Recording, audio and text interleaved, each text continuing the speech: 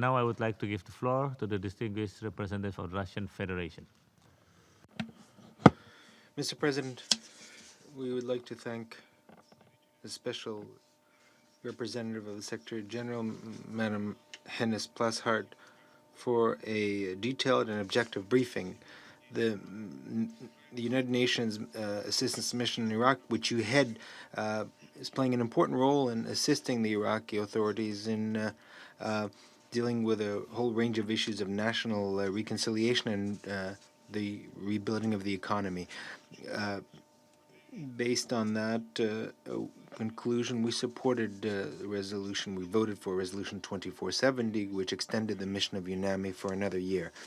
Now, historically, the stability of Iraq has a great importance for the whole Middle East. Strengthening that stability is in the interests of the entire international community. In this connection, we'd like to, in particular, note that attempts to draw the country into an artificially stoked confrontation with the Islamic Republic of Iraq are absolutely counterproductive and will only have a negative impact on the situation within Iraq and the region as a whole. The escalation of the situation in the Persian Gulf should be stopped immediately, and confrontation should be replaced by dialogue and negotiation and overcoming existing differences through negotiation.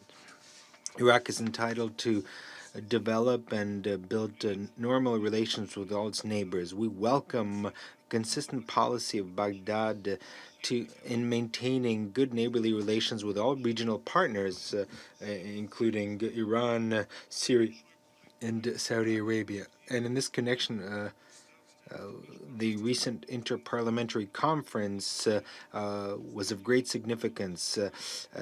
This conference was held in Baghdad and brought together representatives of Saudi Arabia, Iran, Turkey, Jordan, Kuwait, and Syria. We think this is an excellent initiative, an excellent beginning, which should be further developed. We, in particular, note the positive attitude and the activity of the Iraqis and Kuwaitis in the area of restoring historical justice, in particular dealing with the consequences of the first Gulf War.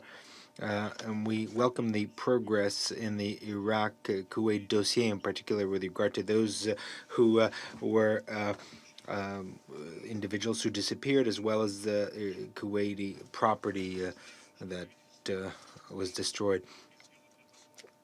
We believe that the government of Iraq will need to continue doing quite a lot to further consolidate progress in this area. Now, the Iraqi authorities will have to also do a great deal to restore their economy, and in this connection, we note the conference that took place in February of 2018 in Kuwait on the reconstruction of Iraq.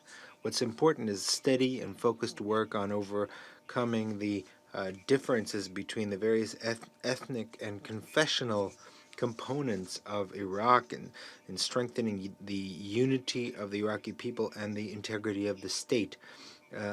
We welcome progress reached recently in restoring mutual understanding between Baghdad and Erbil. This needs to be consolidated and developed. We should not allow another geopolitical experiment, no matter where it comes from, to undermine the significant progress reached at the cost of significant sacrifices on the counterterrorism front, especially since serious threats remain.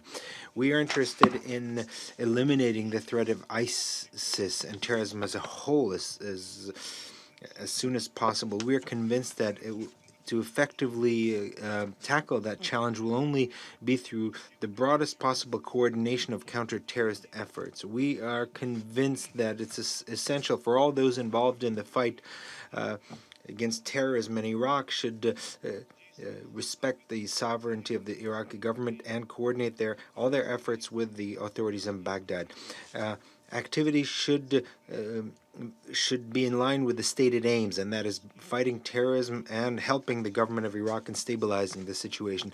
Russia will both at the political level and practical level support the efforts of the Iraqi government in the area of security and in normalizing the situation in the country. We have long-standing cooperation in the military and technical sphere, which has always been aimed at enhancing the defense capacity of Iraq and its ability to counter terrorism. The important, meaningful work in combating terrorism and in fostering regional security is conducted by the Baghdad Information Center with the participation of Russia, Iraq, Iran, and Syria. We've also expanded our mutually beneficial trade and economic ties, including in the fuel energy sphere. At the end of April this year, another meeting was held in Baghdad of the Russian-Iraqi Intergovernmental Commission on Trade and Economic and Scientific Cooperation. We will continue further developing that cooperation. The latest contacts between Russia and Iraqi officials at the highest and other senior levels in Moscow, Baghdad, and other platforms have confirmed that on many issues of global and regional significance, our countries share their many positions. First and foremost, we have a common position regarding the fact that all crisis situations must be resolved through dialogue and through collective efforts and based on a policy of good neighborly relations with Iraq has always pursued. We're open to cooperation on this very basis with all interested regional and international partners. Now, our common efforts would be significantly furthered by progress in the Middle East architecture of security and cooperation. Now, the Russian initiative on the Persian Gulf, with this in mind, we believe has lost none of its relevance. We would like to just recall that the Secretary General has a mandate to develop confidence-building and security measures in the region in accordance with Security Council Resolution 598. It's important to finally, once and for all, implement that mandate. In conclusion, we would like to commend the efforts of the UN mission to assist Iraq. So, Madam Highness Plus, you can be assured of our continued support. Thank you very much. I thank the distinguished representative of the